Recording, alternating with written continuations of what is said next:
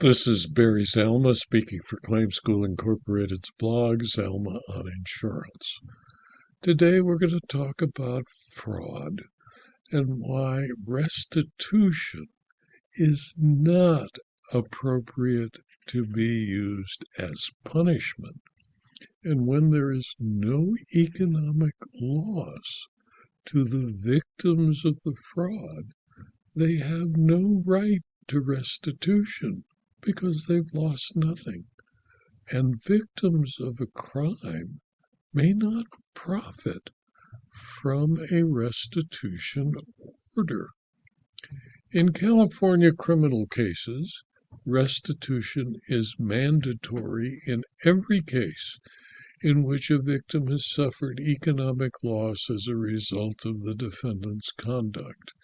And that is why whenever an insurance fraud perpetrator is convicted, I recommend that the insurer go to the court and demand restitution from the criminal.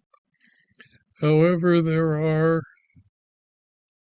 times when that restitution order is improper.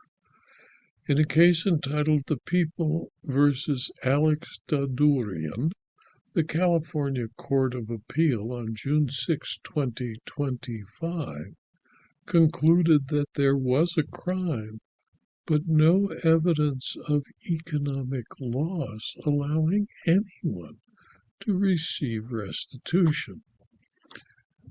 Dadourian, the defendant and appellant, was a real estate broker. He was convicted on multiple fraud-related counts, all stemming from sending false information to obtain residential mortgage loans. The trial court ordered Dadourian to pay as restitution the full amount the lenders originally lent, that is, the original face value of the loans. Some of the fraudulently obtained loans had already been repaid in full to the lenders with interest and without loss. Payments were being made on all of the loans with interest. None of the loans were in default or were delinquent.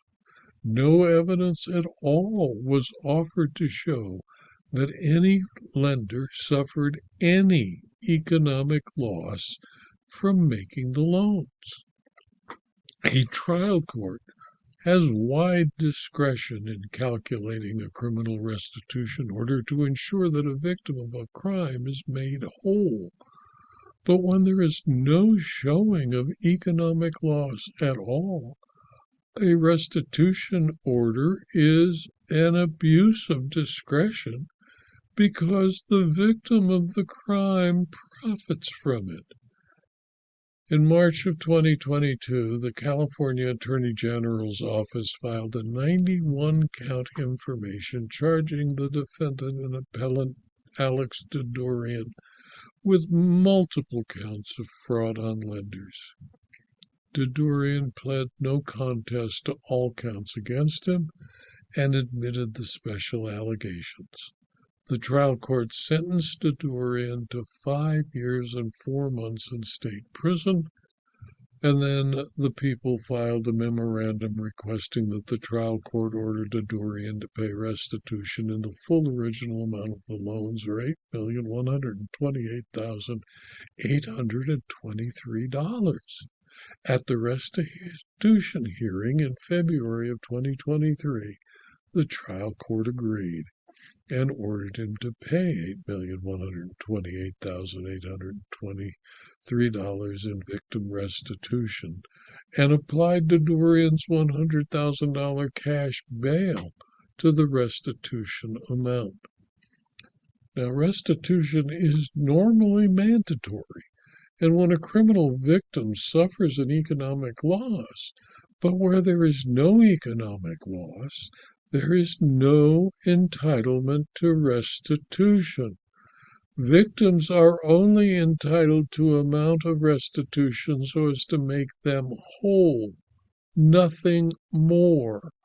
And while the trial court's discretion in calculating restitution is broad, it is not without limit. The restitution award at issue here was based on the amount of the loans, and the trial court ordered restitution in the amount of $8,128,823, the full original amount of the loans. The Court of Appeals found this was error. The trial court explained that but for the fraudulent activities of Dadourian, those loans would have not been made.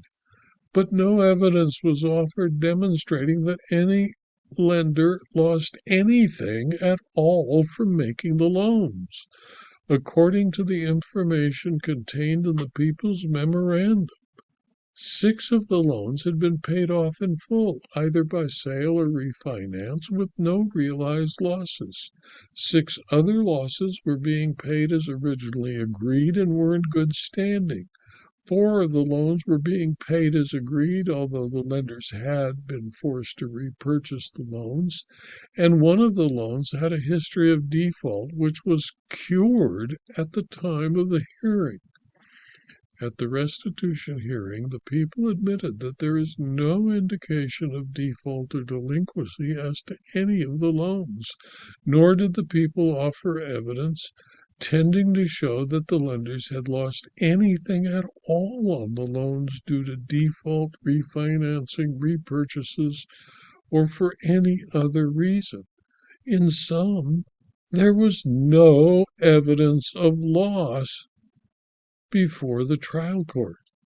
And without any showing of economic loss to the lenders, the people did not meet their burden of showing entitlement to victim restitution. The trial court's order did not restore an economic status quo. Providing the lenders with additional funds via restitution in the amount of the original loan amounts was a windfall, not restoring the status quo that existed before the loans were made in the first place. Therefore, the victim restitution order was reversed. Although I truly dislike fraud perpetrators and believe they should be punished appropriately, restitution is available only to make the victim of a crime whole, not to allow the victim to profit from being a victim, nor is it proper as additional punishment to the criminal. Dadourian was a bad man who was properly sentenced to 5 years and 4 months in state prison. Making him pay the full amount of the loans that were obtained fraudulently, but which caused no loss to the lenders, was wrongfully adding a more than $8 million punishment in addition to prison. Even a fraud perpetrator is entitled to a fair and reasonable sentence. This video was adapted from my blog, Zalma on Insurance, which is available free to anyone who clicks on the URL zalma.com/blog. You can subscribe to the blog, and you'll receive notice of every blog posting, usually 5, sometimes 6 a week, and you'll also gain access to the more than 5,050 blog postings. You can also subscribe to these videos at rumble.com or youtube.com, and if you do, I'd appreciate it if you click on the thumbs up button on Rumble or the like button on YouTube. And if you're interested in further detail about insurance, insurance claims, insurance law, and insurance fraud, please consider, for a very small fee, subscribing to my Substack publications. Thank you for your attention.